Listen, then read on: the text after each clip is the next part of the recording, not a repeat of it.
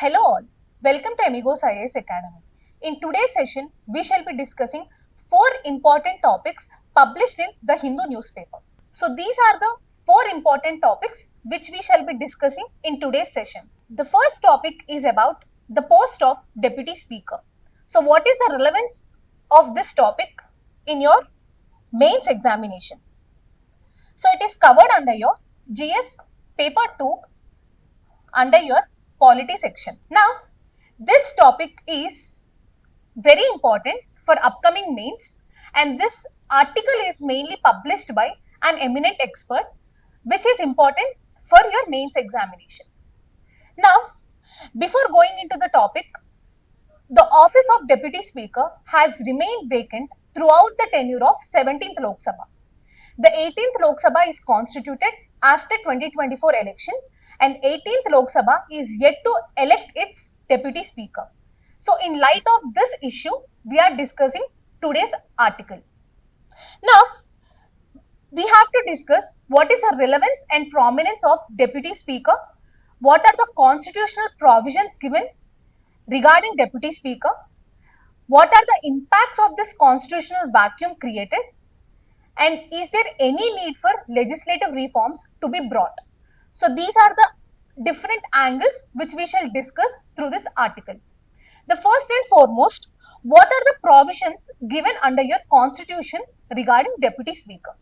The first article which we shall discuss is Article 93. Now under this article, the constitution gave provision regarding election of Speaker and Deputy Speaker of Lok Sabha. So the House of the People, which is your Lok Sabha, shall as soon as may be. So remember this word, as soon as.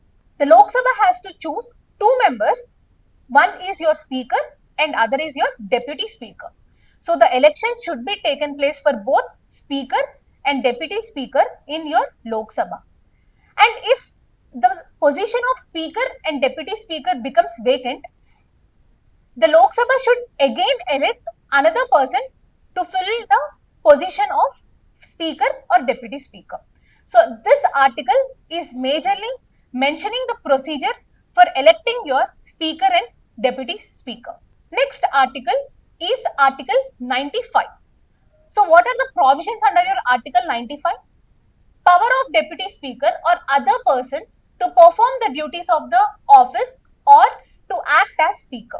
So this article is mentioning the duties of Deputy Speaker whenever Speaker is vacant or Speaker is absent. So first let us discuss about vacant. Vacant means the post of Speaker is vacant either due to sudden death of the Speaker or removal of Speaker.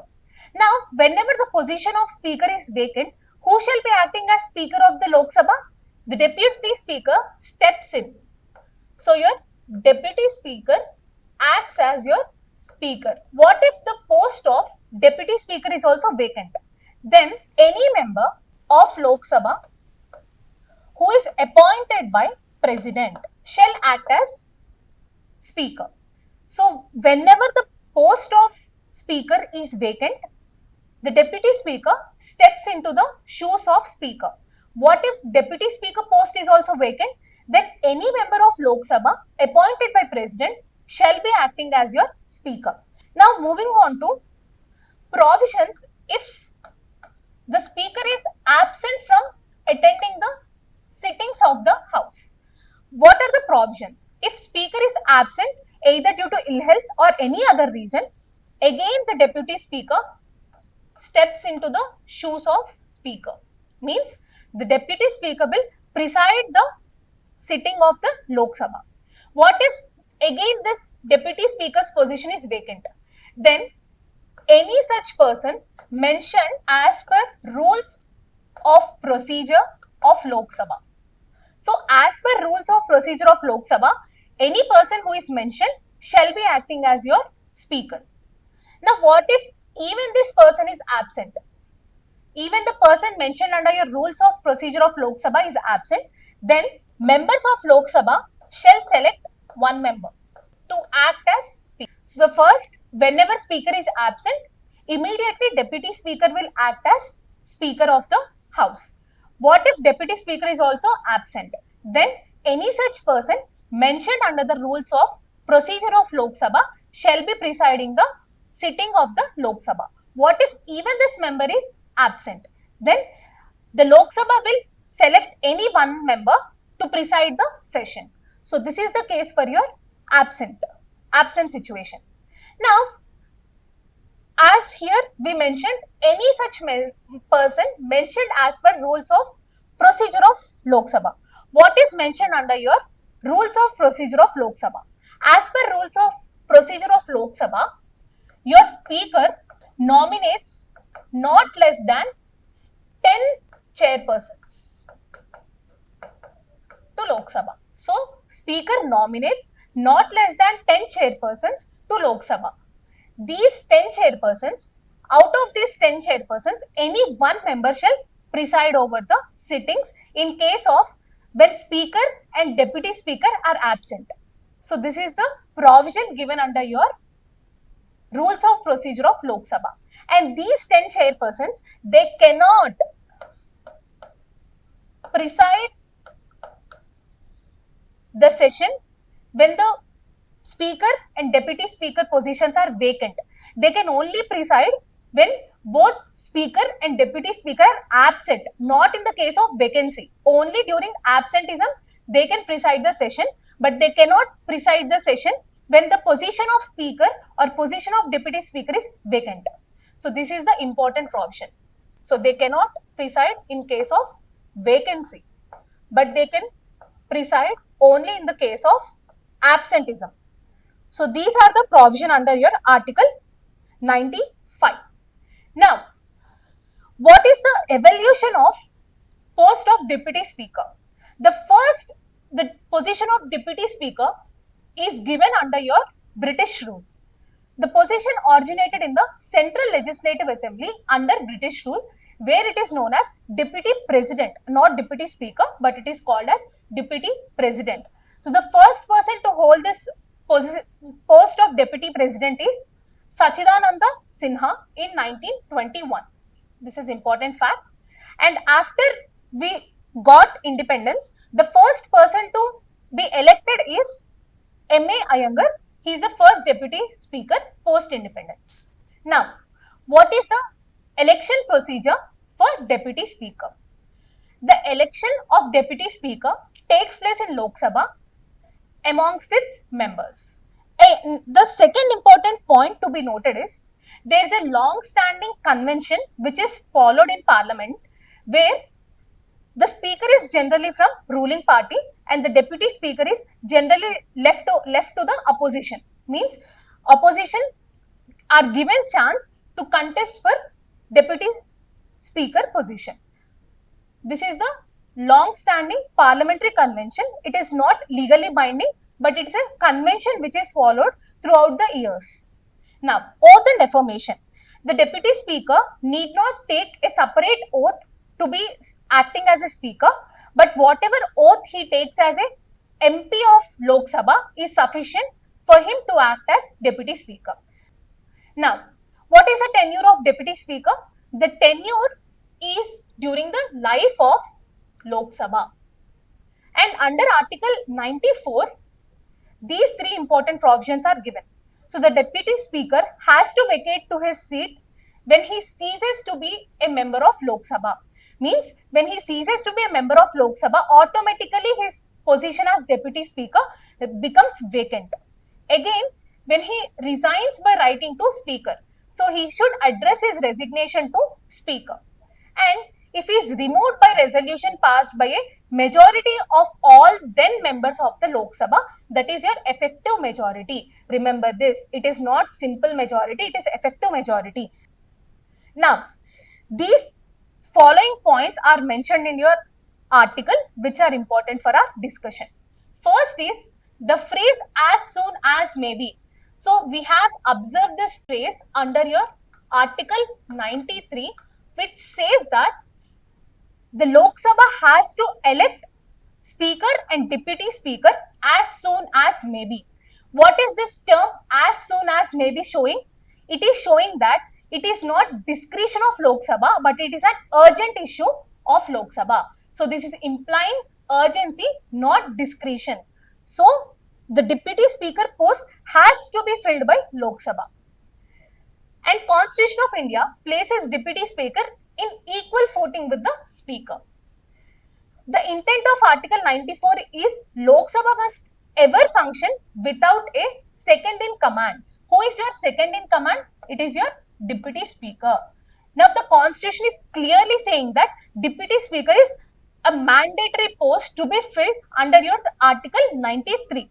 So this is what the importance of as soon as may be clause.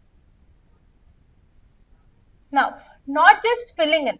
So the deputy speaker is not just filling in the position of the speaker, but he is performing the following important functions. The first important function which is completed by deputy speaker is he is chairperson of important sessions which are conducted in your Lok Sabha, and he presides over specific committees and even handles sensitive debates that require a neutral and trusted authority.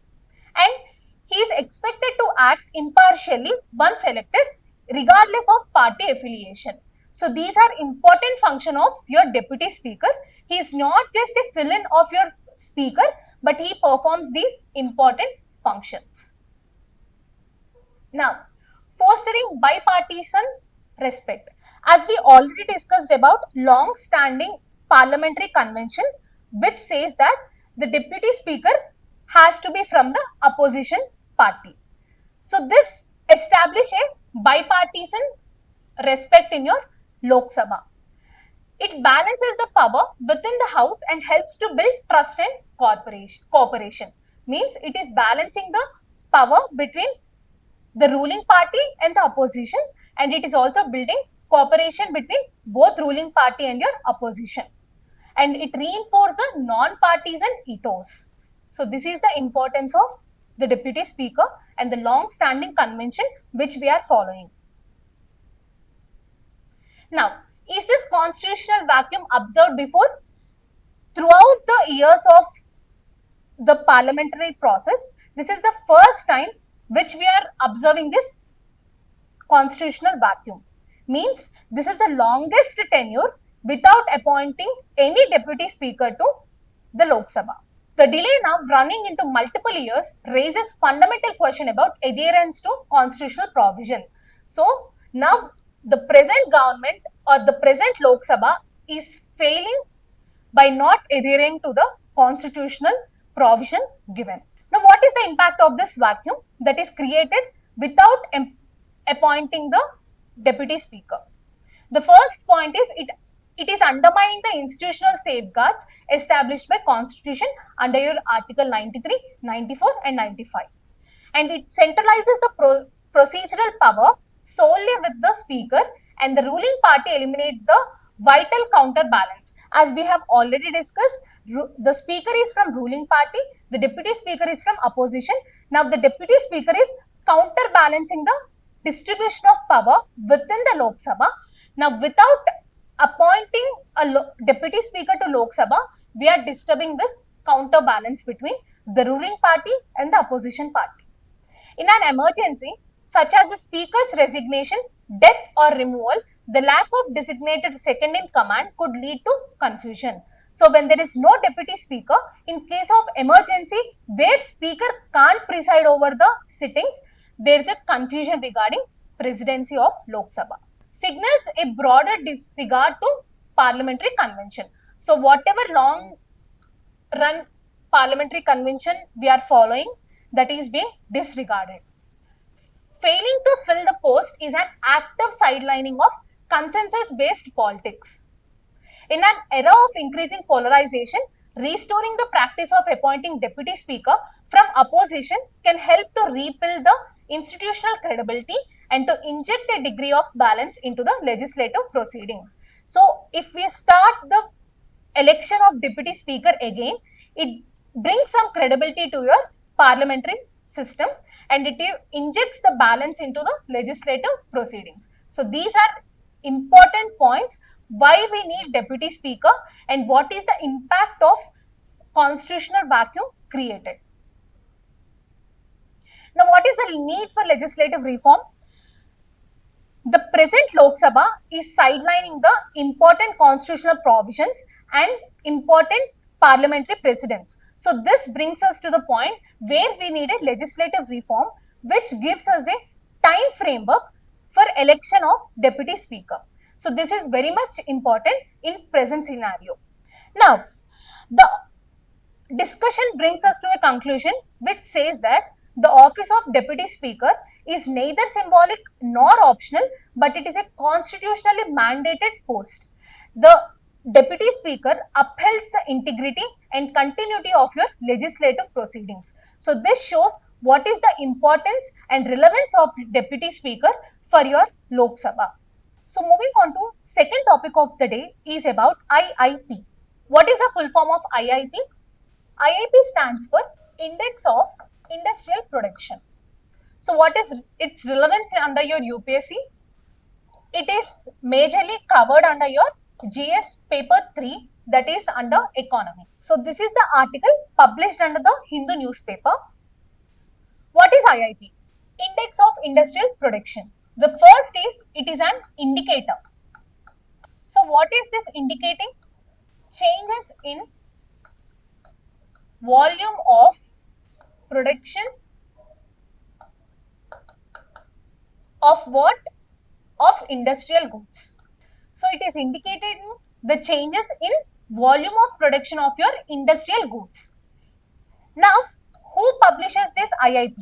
IIP is published monthly by your Central Statistics Office. That is your CSO, which is under your Ministry of Statistics and Program Implementation. So Central Statistics Office publishes this IIP monthly, and this CSO is under your Ministry of Statistics and Program Implementation. What is the base year fixed for your IIP? It is 2011 to 2012. So this is the base year for your IIP. Moving on to the next important concept under your IIP is 8 core sectors. So what is this 8 core sectors? These 8 core sectors comprise 40.27% weightage under your IIP. So these are your 8 core sectors. Decreasing order of the weightage is given. Means highest weightage is for refinery products and the lowest weightage is given for your fertilizers. What are the 8 core industries? Refinery products, electricity, steel, coal, crude oil, natural gas, cement and fertilizers. The highest weightage is given for refinery products and the lowest is given for fertilizers. So these are 8 core industries, that is 8 core sectors which comprise 40.27% under your IIP.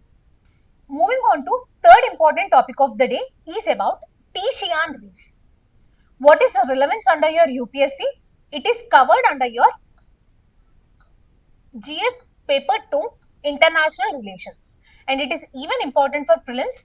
As you have observed PYQs of prelims, such reefs and such places in news are frequently asked by UPSC in prelims examination. So do make a note of places in news, majorly Tishian Reef. So China and Philippines defend their claims over disputed reef, that is your Tishian Reef. So these confrontations are brought in light of Philippines and USA joint military actions, that is Balikatan. As part of this Balikatan, USA and Philippines are engaged in joint military actions. Now China has brought up these confrontations in light of this incident. Now, China seizes disputed Tishian Reef near a key Philippine military outpost of T2 Island. So this T2 Island is Philippines military outpost and Tishian Reef is situated near to T2 Island. Alternate name of Tishian Reef is Sandy Cay. It is part of Spratly Island. Do remember this Spratly Islands, it is important. Even this is a disputed territory in your South China Sea.